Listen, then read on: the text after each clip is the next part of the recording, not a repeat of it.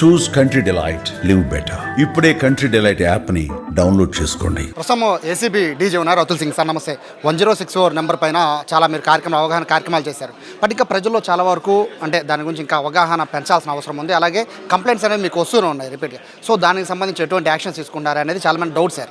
So 1064 గురించి ఏం చెప్తారు? సో ఇప్పుడు పబ్లిక్ కంప్లైంట్స్ కోసం మనము 1064 టోల్ ఫ్రీ నెంబర్ ఉంది. అంతకు ముందు కూడా ఉంది, మధ్యలో కొన్ని రోజు యాక్టివ్ లేదు. లాస్ట్ ఇయర్ మనము ఆ నెంబర్ని మళ్ళీ రీయాక్టివేట్ చేశాము. సో నెక్స్ట్ ఇయర్లో మనము వాట్సాప్ గవర్నెన్స్ కింద 1064కి, ఎందుకంటే చాలామందికి అవగాహన లేదు ఏసీబీకి ఎలా కంప్లైంట్ చేయాలా. వాట్సాప్ గవర్నెన్స్ ఇప్పుడు బాగా పాపులర్ అవుతుంది. సో 1064కి వాట్సాప్ గవర్నెన్స్ కింద ఎలా యాక్టివేట్ చేయాలా దాని మీద కోసం మనం వర్క్ చేస్తున్నాము. సో ఆల్మోస్ట్ 1 వీక్ 10 డేస్లో అది యాక్టివ్ అయిపోతుంది. సో దానివల్ల మన ఎక్స్పెక్టేషన్ అయితే పబ్లిక్ అందరూ ఎవరికి ఏసీబీకి కరప్షన్ సంబంధించిన ఏదైనా ఇన్ఫర్మేషన్ పాస్ ఆన్ చేయాలా వాళ్ళు వాట్సాప్ ద్వారా ఇన్ఫర్మేషన్ మనకి చేయగలుగుతారు. ఇన్ఫర్మేషన్ షేర్ చేయడం అంటే జస్ట్ సార్ పలానా ఆఫీస్లో పలానా లంచం అడుగుతున్నారని చెప్పడం మాత్రం కాల్స్ ఎక్కువ వస్తాయి సార్. ఐ థింక్ నేను అనుకోవడం.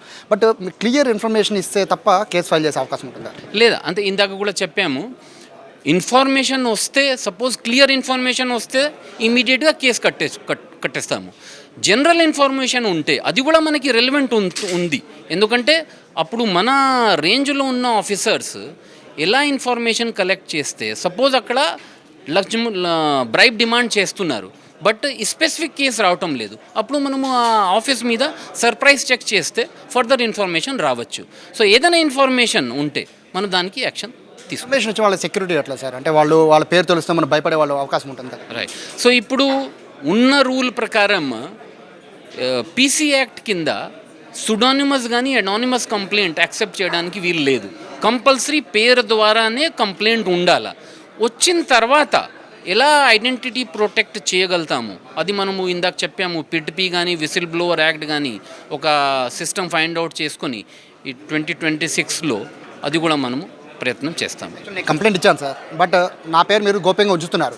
కానీ నేను ఇచ్చిన కంప్లైంట్ మీరు ఫైల్ చేశారు, కేసు అతను పట్టుకున్నారు అనుకుందాం సార్. బట్ ఆ ఫైల్ కింద నుంచి పై దాకా మూవ్ అవుతుంది. సో ఈ కంప్లైంట్ ఎవరు ఇచ్చారు అనే విషయం కింద స్టాఫ్ అందరికీ అర్థమవుతుంది. ఆఫీసర్ని మీరు పట్టుకున్నారు, సో అతని సెక్యూరిటీ ఎట్లా సార్? రైట్. సో ఇప్పుడు మీ అడిగిన క్వశ్చన్ రెలివెంటే. బట్ ఏదైతే కంప్లైంట్ మీద మనం కేసు బుక్ చేశాము, మీ జాన్కారీ కోసం మీ ఇన్ఫర్మేషన్ కోసం కంపల్సరీ ఎఫ్ఐఆర్ బుక్ చేయాలి. ఆ ఎఫ్ఐఆర్ బుక్ చేసిన తర్వాత ఎఫ్ఐఆర్ వెబ్సైట్లో కూడా పెట్టాలి. ఆ వెబ్సైట్లో పెట్టిన ఎఫ్ఐఆర్లో కంప్లైనెంట్ పేరు మ్యాండేటరీ ఉంటుంది.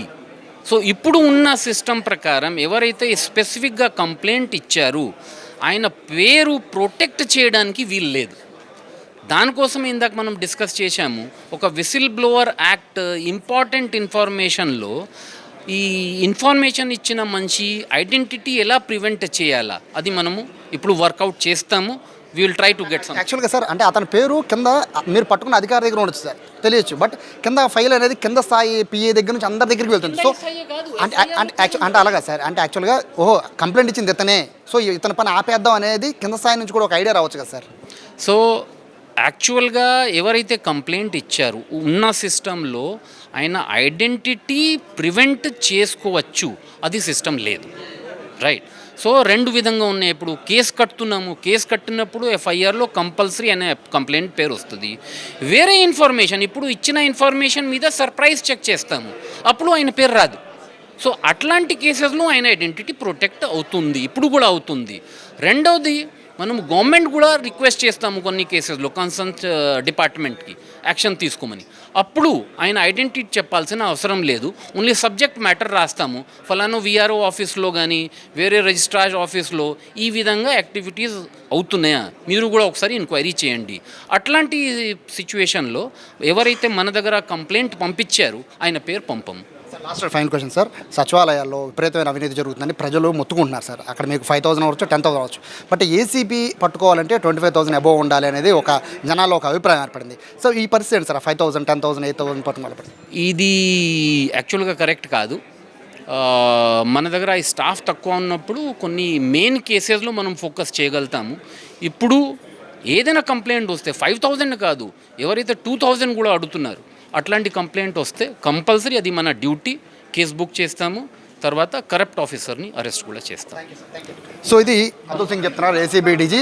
మొత్తం మీద ఈ ఏసీబీకి సంబంధించి 1064 నెంబర్ని అయితే ప్రజలంతా కూడా ఉపయోగించుకోవాలని చెప్పి ఏసీబీ డీజీ చెప్తున్నారు. ప్రతి కంప్లైంట్ను కూడా మేము వెరిఫై చేసి ఖచ్చితంగా కనుక అందుట్లో కనుక ఉంటే కనుక అంటే కంప్లైంట్ తగ్గట్టు కూడా అందుట్లో కనుక భయపడినట్టు కనుక తేలితే ఖచ్చితంగా మేము యాక్షన్ తీసుకుంటామని ఏసీబీ డీజీ అతుల్ సింగ్ చెప్తున్నారు. కెమెరా పర్సన్ కృష్ణతో సాయి, సుమన్ టీవీ, విజయవాడ నుంచి.